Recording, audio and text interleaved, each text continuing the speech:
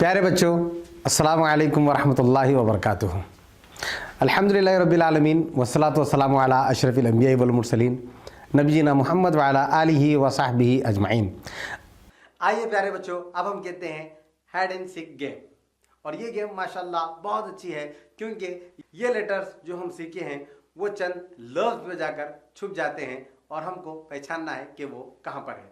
बताइए, इस लफ्ज में लाम कहाँ पर है? फर्स्ट वन, माशाअल्लाह, इस लफ्ज में लाम कहां पर है? सेकंड वन यानी बीच में, माशाअल्लाह, बहुत खूब, वंडरफुल जॉब। इसमें लाम कहां पर है?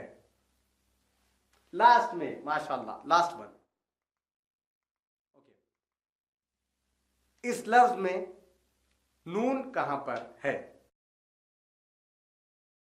सेकंड वन, माशाअल्लाह, इस लफ्ज में नून कहां पर है? थर्ड वन, बहुत खूब प्यारे बच्चों, आगे।